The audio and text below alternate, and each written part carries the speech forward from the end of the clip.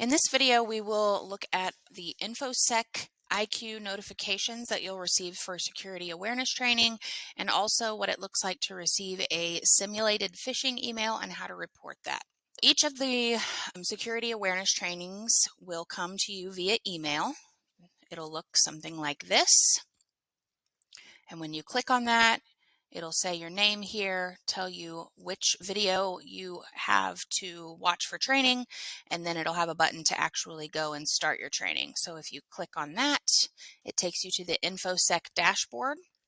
And right up here at the top, you can see any coursework that you have been assigned that you need to complete.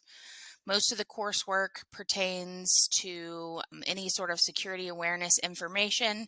The videos are about 5 to 10 minutes long and generally followed by a quick assessment. After you have completed the training, you'll receive an email that lets you know that you have passed and lets our tech department know that you have completed that training and you're keeping up with your coursework. Those are required, so you do need to make sure that you keep up with those as you receive them.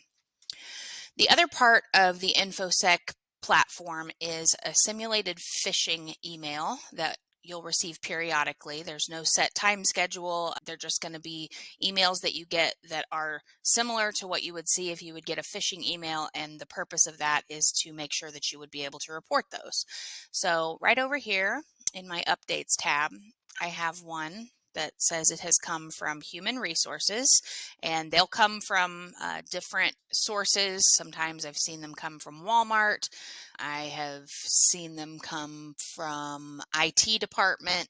So generally there are some look-fors that you can make sure you're actually looking at, either a simulated phishing email or even a real email that's a phishing email. So on this one factor that lets me know this might be a phishing email is it's come from human resources. If it's an email that's come from someone at school, one of our RPS employees, it's going to say their name right here. So I'm going to click on this, and you'll see right here it says human resources. I can also look at the email address, and another indicator is this did not come from a rala31.org email address. You can see it's from hr@donot.reply.com. So this tells me that this is not an email address from our domain or from our organization, and probably something that is not legitimate. Then some things I can look for in the body of the email. If it's asking me to click on a link, I need to be sure that it is from someone within our organization and that I am sure it is a link I was expecting to receive. So in this case, it says, to address safety and security concerns for employees returning to the office, as well as those continuing to work remotely, we have implemented a new workstation policy. So it's asking me to click on that. This policy includes substantial changes that may affect your workstation and daily routine. Please attend tomorrow's training session to hear what is changing and how you may be affected. Mark your calendar. All right, so there's several places here that I can click on a link. I was not expecting to get an email from human resources. With all of these links, there are some things that tell me it's not a legitimate email. First of all, I can see that there are a few typos here. I'm missing a period.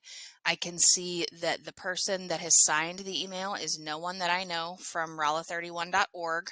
So that is a huge indicator that it's not from our school district. And another thing that phishing emails tend to do is to create a sense of urgency, like you need to click on the link immediately and get something taken care of. This right here says, please attend tomorrow's training session. And it wants you to go ahead and mark your calendar and submit any questions. So it's almost like you have to get this done quickly because that's coming up. That's one of the ways that phishing emails and attackers try to get people to buy into what they are sending, and that is by creating a sense of urgency. So those are just some of the look-fors you can think about when you're getting a phishing email. If you do get one like this and you need to do something to report it, with our new Infosec system, you're going to come right over here. We've got this little red fish on a hook icon, and if you hover over it, it says Fish Notify. This is how we report simulated phishing email and any other email that may not even be simulated phishing, because it will report to our tech department regardless. So when I click on this fish, I'm going to get this little pop out that says Fish Notify, and I'm going to click the report email button. If it is a simulated phishing email and I click that, I'll get a message that says you have successfully detected an Infosec IQ phishing simulation email. If it's not a simulated phishing email, the message says something along the lines of, this is not a simulated phishing email, but your tech department has been notified. That way, if it's a real phishing email, they have received a notification that you've clicked on it and reported it, and they can take a look at it to see if it is actually a phishing email.